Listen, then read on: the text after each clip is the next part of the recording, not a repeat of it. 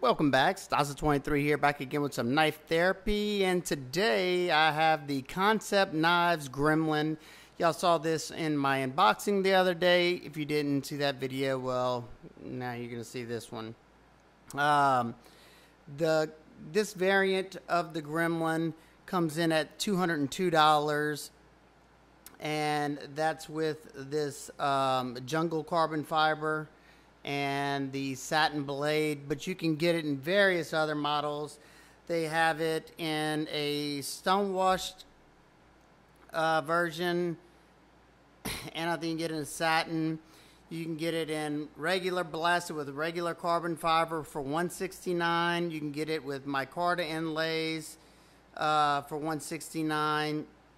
You can get it all black tie with your black carbon fiber for $169, and they even have a Damascene steel version with carbo quartz inserts for I think $399. So they hit every bit of the spectrum. I like seeing that, so you can have variety, especially if it becomes a popular model. It's not something you should do for every model though, because you can't really sustain a company like that.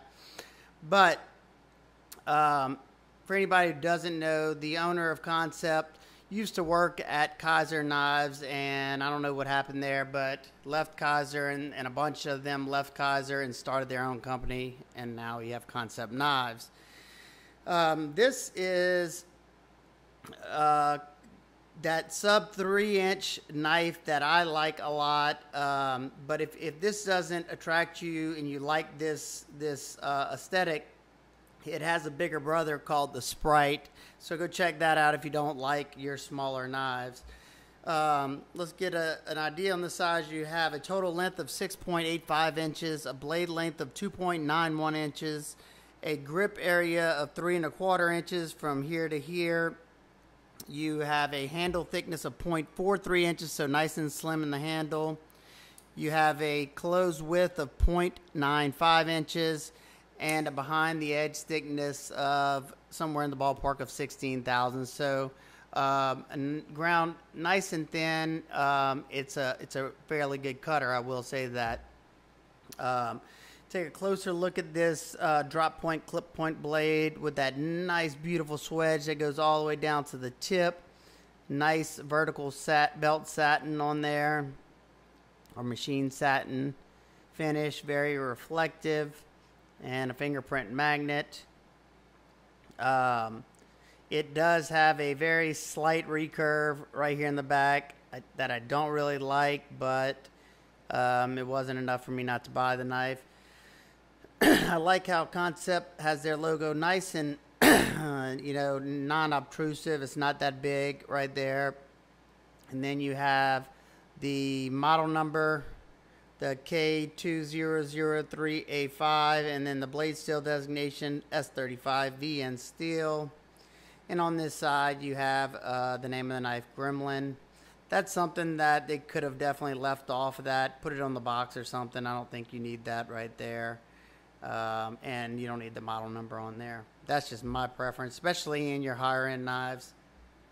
You don't have any jimping up there, but it has a nice flat for your thumb to rest on. I find it rather comfortable. I didn't need any jimping.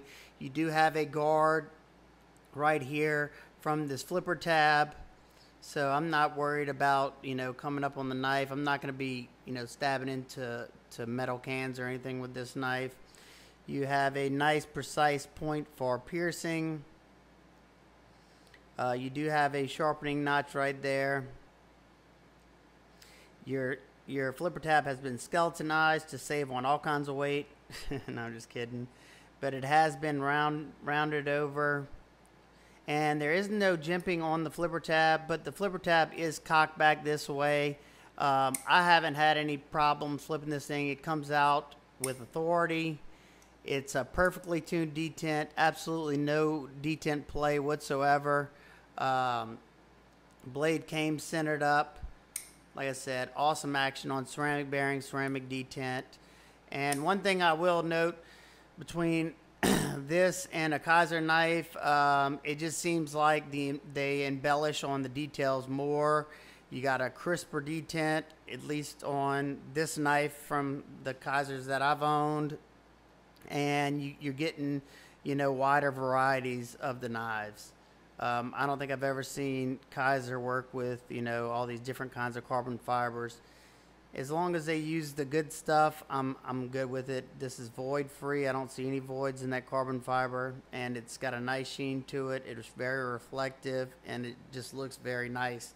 I think it would have looked even nicer with if they would have did the black scaled with that green popping out. It's just my opinion, though. They don't have any landing pad back here, but it doesn't bother me whatsoever. You do have a small little cutout in the scale to get to that lock bar, and it has been chamfered, so it's nice and comfortable to disengage that lock. You do have a lock bar insert and over travel right there. Close it up. You have just standard hardware, T8 for your pivot screw and T6 for your body screw. I would have much rather see T8 all around, but I'm okay with it. They're decent hardware. Got this nice chamfering going on, milling, as you can see, to kind of give it that contoured look. You have a little small backspacer right here, pretty much flow through construction, so you can clean it out very easily.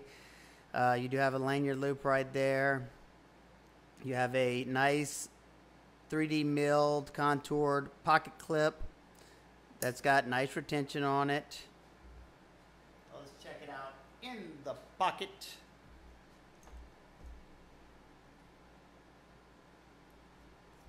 Goes in the pocket very nicely. You don't have a whole lot sticking up. One good thing about this not being a deep carry clip, you got something to hold on to right there if that's an issue for you.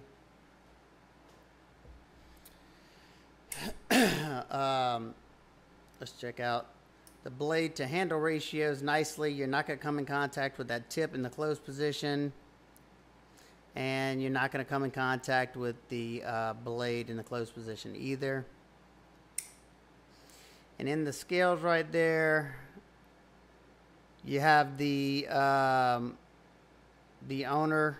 Kim Ning, named engraved right there. Or I don't know if he designed this or not. I'm guessing. That's a cool little touch right there. Keep it off the blade.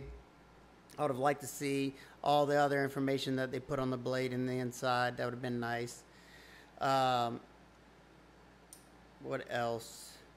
Let's sketch a weight on this knife. There's no internal pockets on the inside, but they milled out the titanium all these pockets to put the carbon fiber that weighs pretty much nothing.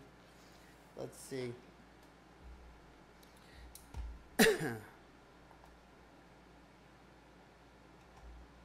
2.55 ounces, under that ounce an inch. So for all you who care about that, it wins in that department.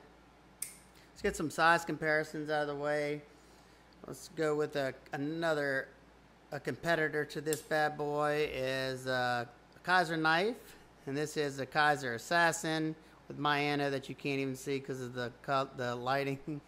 But the Assassin's a good bit bigger, maybe a little bit closer to size. This is the Drop Falcon. The Drop Falcon's about identical in length and in handle as well. So if the Falcon fits you good in the hand, then the Gremlin will fit you good in the hand.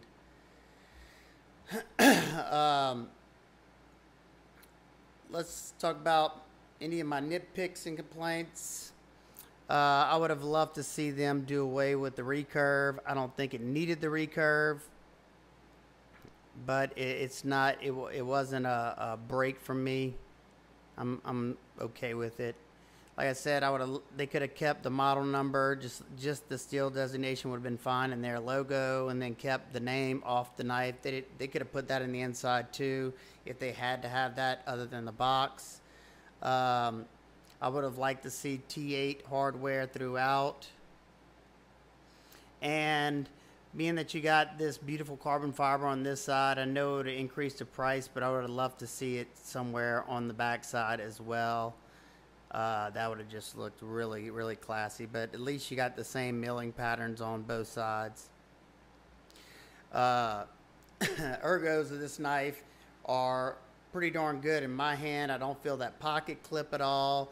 I did a good bit of cutting with this knife, and it was comfortable. It sliced well, and I will definitely buy another Kansept knife whenever I find another one that does it for me. So there you go. That is the Kansept Knives Gremlin. I would love to hear your thoughts and opinions down below. Let me know what you think about this green carbon fiber, if that's something you like, or you would have definitely not chosen that, or what would you have done differently on this? Does that recurve bother y'all? One decent thing about that recurve is it's not going to be that difficult to sharpen, because the flat, the way it's not dipped out, the flat will sit down. You won't have a big gap. And if you have a Spyderco sharp maker, you can use the edges of the sharp maker, or like a Lansky turn box or something like that to get, that's what I usually touch up my recurves with whenever I don't need to do a full sharpening. So there you go. Like I said, any questions, comments, concerns, please leave them down below. If you like this video, please give it a big thumbs up. If you didn't like this video, I would love for you to give me a big thumbs down. And I hope everybody's having an absolute wonderful day. I will see y'all in the next one. Peace.